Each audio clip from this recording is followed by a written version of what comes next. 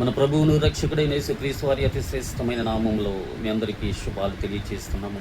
ఎలా ఉన్నారు సహోదరి సహోదరుడా? బాగున్నారా? తోటి దాసులారా బాగున్నారా? దినమున దేవుడు మీకు ఇచ్చే వాగ్దానమును బట్టి అనుదినము నా గడప కమ్ముల దగ్గర కాచుకునేవాడు, నా ద్వారబంధముల దగ్గర కనిపెట్టుకొని నా ఉపదేశము వినువాడు ధన్యుడు అని 8వ సామెత మనకి తెలియచేస్తూ ఉంది. 34వ వచనంలో 8:34 వచనంలో ఈ మాట రాయబడింది. అనుదినము ఆయన గడప కమ్ముల దగ్గర కనిపెట్టుకొని ఉండాలి. అనుదినము ఆయన ద్వారబంధముల దగ్గర కాచుకొని ఆయన ఉపదేశం వినువాడు కదా. ఏ ఉపదేశం వినాలి? ఏం కనిపెట్టుకొని ఉండాలి? దేని కొరకు కాచుకొని ఉండాలి? ఏదైతే మనం కోరి ఉన్నామో ఆ కోరిన దాని కొరకు ఆయన కమ్ముల దగ్గర కాచిపెట్టుకోవాలి. ఆయన కమ్ములు అనగా ఆయన సన్నిధి, ఆయన ద్వారబంధము అనగా ఆయన సన్నిధి. ఆయన సన్నిధిలో కనిపెట్టుకొని ఆయన ఉపదేశం వినువారు ధన్యులు, ఆయన ఉపదేశము వినువారు ధన్యులు, ఆయన వాక్యము వినువారు ధన్యులు కదా. ఆయన వాక్యం మన పాదాలకు దీపం, మన త్రోవలకు వెలుగు. ఆయన వాక్యము వెలుగు వెల్లడవుతూనే మనకు తెలియలేని వారికి తెలియగలుగుతుంది. నీ ఎదుట నేను పాపము చేయకుండానట్లుగా నీ వాక్యమును నా హృదయములో భద్రపరుచుకొని ఉన్నాను అని దావీదు గారు అన్నట్లుగా మన వాక్యము ఎప్పుడూ కూడా మనలను ఆయన ఉపదేశము ద్వారా బలపరుస్తుంది. కృంగిపోయి ఉన్నావా? నలిగిపోయి ఉన్నావా? ఏ స్థితిలో ఉన్నావు సహోదరి సహోదరుడా?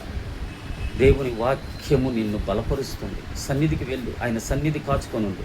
సమస్త భారమును మోస్తున్నట్టు ప్రయాసపడి సమస్త భారమును మోస్తున్న జనులారా నా యొద్దకు రండి, నా గడప కమ్ముల దగ్గరికి రండి, నా ద్వారబంధముల దగ్గర కాచుకొని ఉండి నా ఉపదేశమును ఆలకించండి. మన జీవితంలో బాగుపడతాయి. నీకు ఉపదేశించిన ఉద్దేశములన్నీ నేను ఎరుగుదును. అయితే రాబో కాలం ముందు మీకు నిరీక్షణ కలుగునట్లుగా అన్ని సమాధానకరమైన ఉద్దేశాలే కానీ ఏవి హానికరమైనవి కావు. ఇదే యేసు వాక్కు, ఇదే పరిశుద్ధాత్మ వాక్కు, ఇదే యెహోవా వాక్కు. ఎక్కడ దొరుకుతుంది సమాధానకరమైన ఉద్దేశము? ఆయన గడప కమ్ముల దగ్గర, ఆయన ద్వారబంధముల దగ్గర, ఆయన ఉపదేశము దగ్గర. దేవుని సన్నిధి నిర్లక్ష్యము చేయవద్దు, దేవుని సన్నిధిని ఆలస్యము చేయవద్దు. ఆయన ఉపదేశములను విని తన హృదయంలో భద్రపరుచుకుంటానంటున్నాడు రావి. అలాగున ప్రతి ఉపదేశము ఆలకించండి, ప్రతి ఉపదేశం వినండి.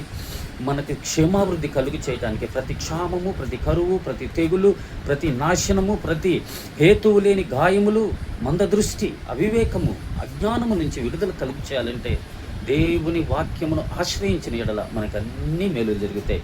కనుక ప్రతి దినము ఆయన ఉపదేశం ఆలకించండి. ప్రతి ఆదివారము, ప్రతి మధ్యంతర కూడికలో దేవుని సన్నిధిలో గడపడానికి మీ హృదయాలను బలపరుచుకోమని యేసు నామములో మీకు తెలియపరుస్తున్నాం. మిమ్మల్ని మీ కుటుంబాలు దేవుడు దీవించి ఆశీర్వదించును గాక. ఆమేన్.